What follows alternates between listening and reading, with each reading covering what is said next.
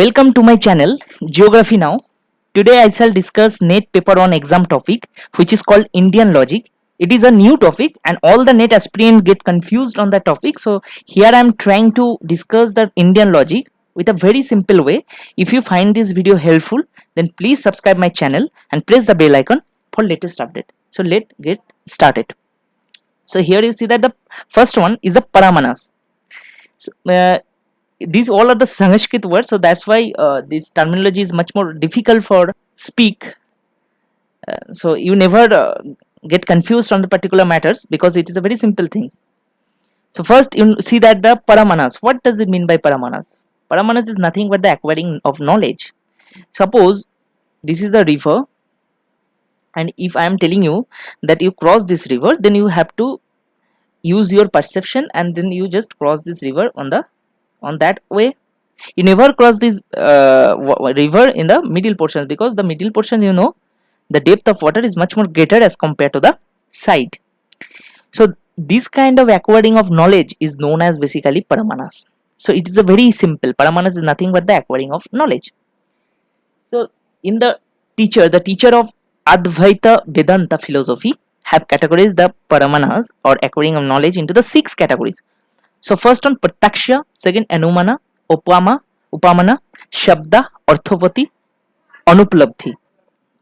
Here you see that Pratyaksha, that means the perception. What is the meaning of Pratyaksha? It is we have to generate the knowledge by our perception. How it is possible? Perceptions, we know we have a external perception and internal perception. External perception are nose, eyes, ear, skin, tongue. All these are external perception. If I am telling you that this food is delicious or not, how can you tell me?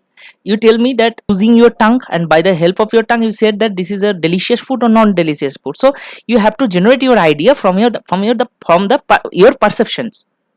So this is the external perceptions, and internal perception related to pain, pleasure, happiness, sadness, love, hate, anger. So this is all about the Pratyaksha. In this slide you see Anumana, inference.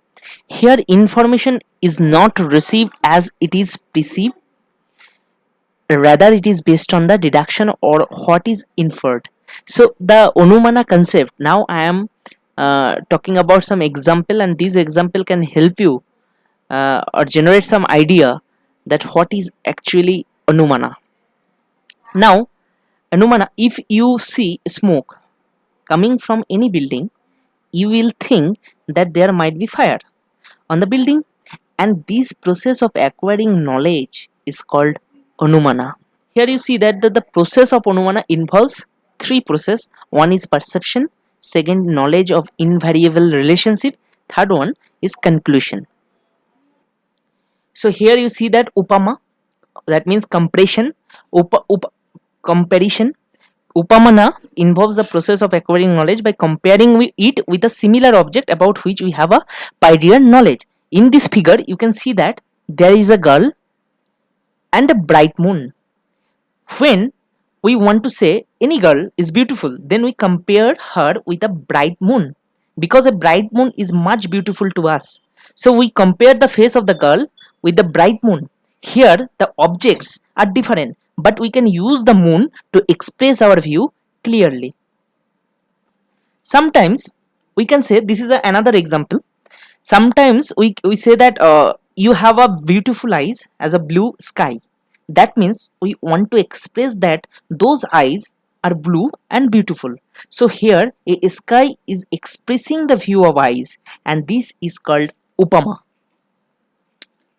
Shabda, verbal testimony. So Sabda is also a valid source of knowledge.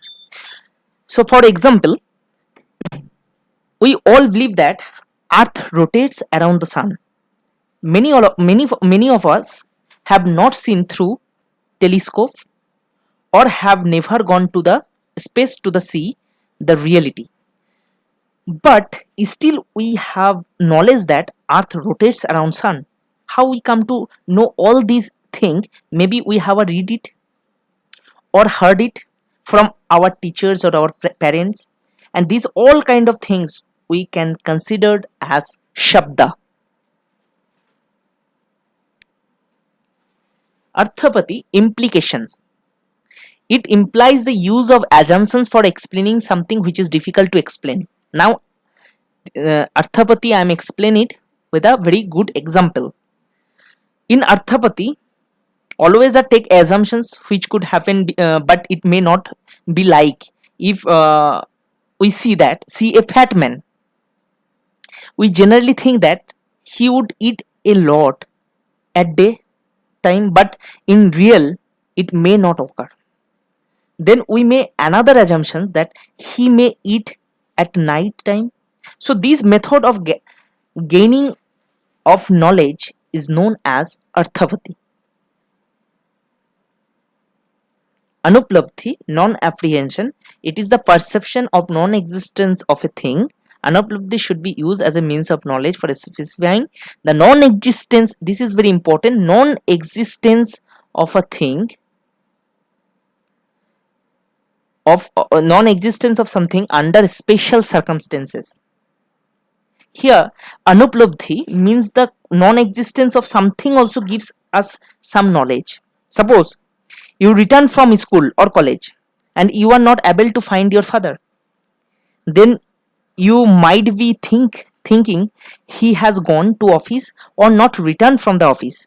In such a way, the non-existence of something helps us to acquire knowledge.